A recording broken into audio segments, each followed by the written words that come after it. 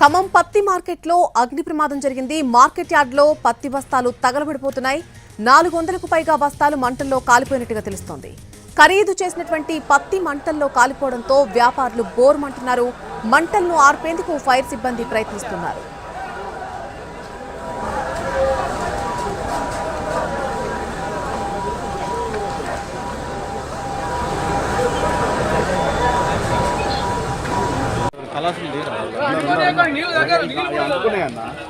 అందుకునే almost divide చేయొచ్చు.